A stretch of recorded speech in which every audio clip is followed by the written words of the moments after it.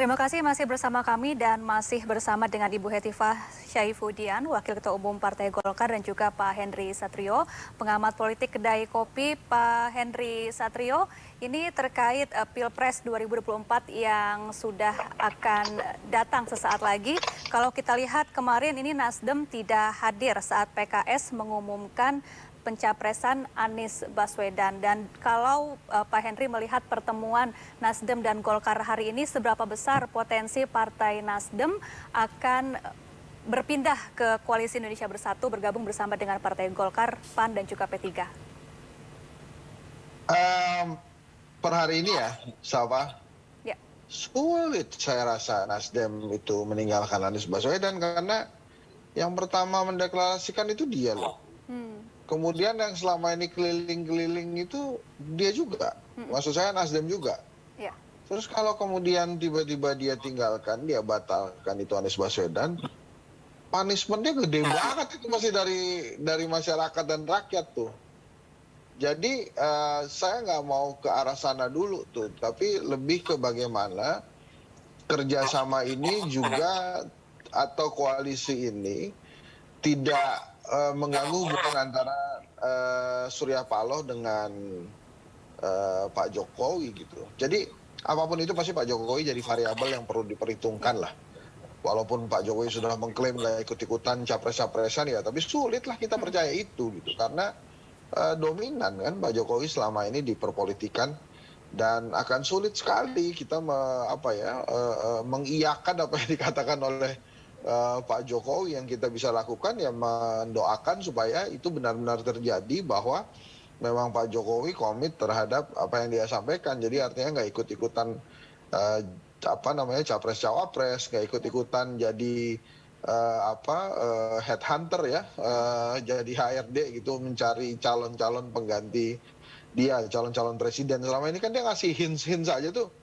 Nah setelah ngasih hints-hints gitu kita disuruh percaya gitu bahwa dia nggak ikut-ikutan capres, kan agak sulit juga ya. Tapi jadi memang tetap Pak Jokowi menjadi variabel yang menurut saya dipertimbangkan sangat besar oleh Surya Paloh. Sehingga memang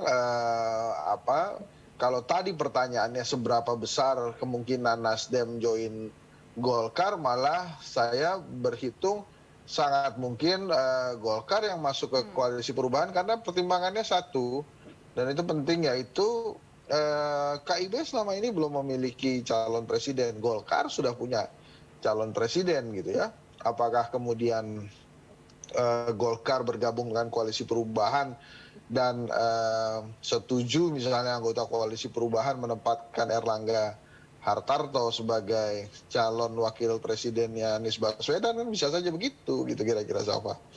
Ya, baik. Bu Hetifah, bagaimana tanggapan Anda? Ya. Apakah dalam pertemuan tadi ada pembahasan di mana Partai Nasdem juga mungkin merayu Partai Golkar untuk turut mendukung bakal capres yang dideklarasikan oleh Partai Nasdem?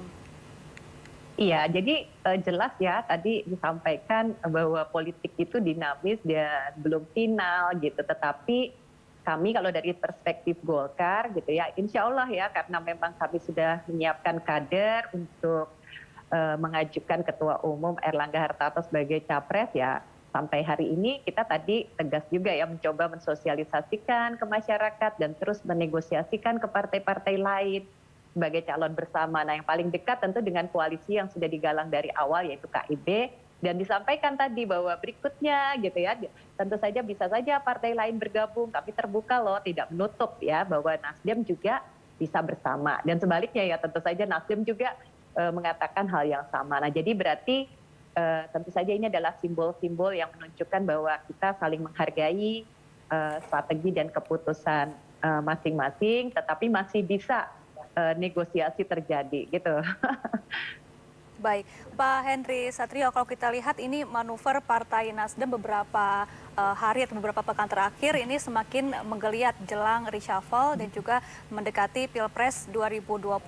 Kira-kira Pak Henry Satrio apa goals yang ingin dicapai oleh Partai Nasdem? Singkat saja Pak Henry Satrio.